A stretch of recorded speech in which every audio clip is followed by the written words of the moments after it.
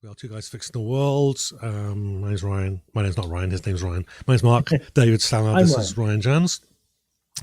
And we are fixing this awful legislation that is not very snappy, is it? We're fixing the awful legislation that gets put through during crises or other times when you're not looking.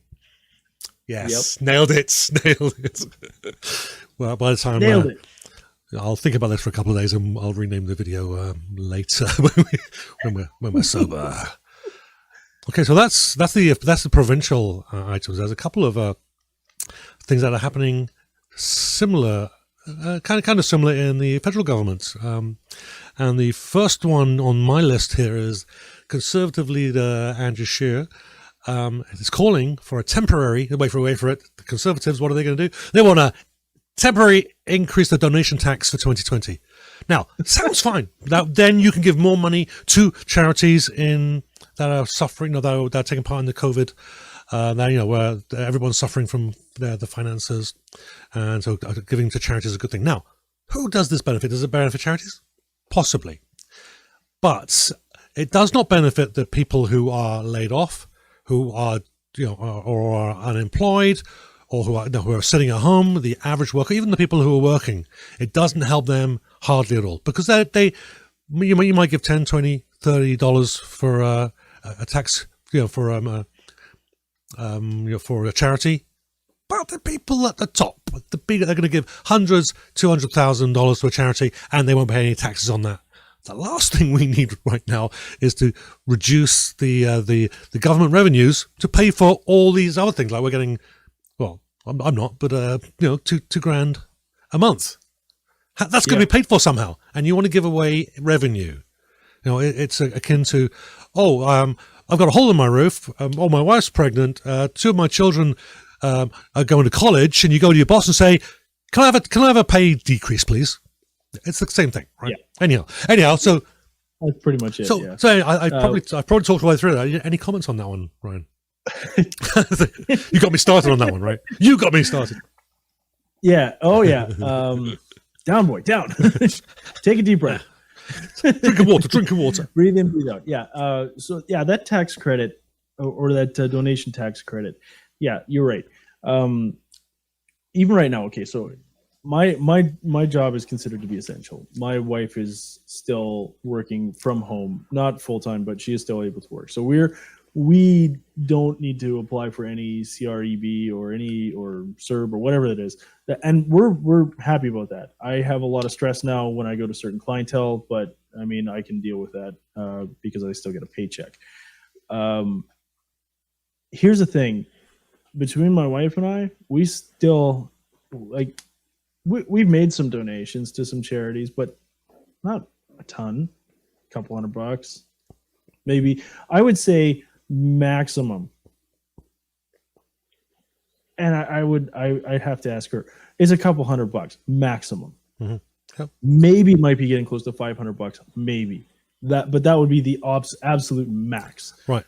And I just put that in perspective. The tax that you would so that would be non-taxable under the current rules. 50% of that would not be taxable, but with the new ones, 75% would be tax. Well, not we would not. You would only be taxed on the 25%.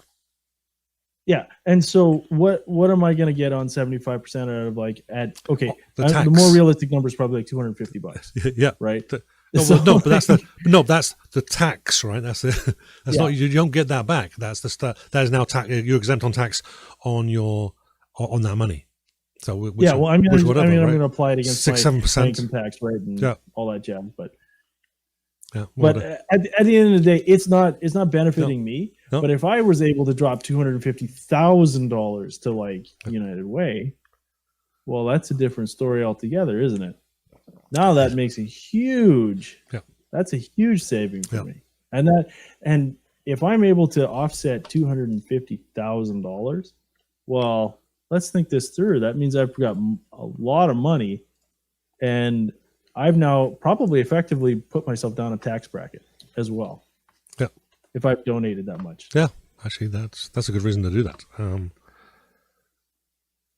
Which is sort of a legal way to now I've made a way to not pay the tax that I should be paying. And I basically told everyone that, hey, look at me how good I am. I give $250,000 to my to the charity of my choice. They do whatever they do with it, because I'm not particularly too fond of some charities. Some charities are extremely good, and they need to be supported. Some are a little bit more shady and probably deserve an episode. Two Guys Fixing Charities. Or not for profit. I think we should be clear. Not for profit. Charities are different organization altogether, and I think most charities are trustworthy. Not for profits are where you have to be very careful. So Two Guys Fixing Not Profits. Watch your invites. It'll be a show for later. That sounds like a big one. May not be next week. I'm reducing my income. I'm not a multimillionaire anymore because I've given away $200,000 on paper. I'm now only $750,000 rich, and I've effectively taken myself down a tax bracket problem. Yeah. So I'm not sure if that's actually financially, if that's numerically possible, but it definitely is a good reason, right? I'm just throwing numbers out here. I don't think anybody who watches the show realizes that. I'll make very simple things. No, I have to write numbers down, put them in the spreadsheet so I can see the formulas and all that kind of stuff, because numbers all just blur into one for me. Yep. Yeah, it's and that's what it leads to a point we made earlier in the video. Percentages and numbers can be easily manipulated, so you kind of have to take them apart. So don't even believe me. You can correct me. Call me out in the comments if I've made a wrong statement. Usually the crowd that watches this often does. Yeah.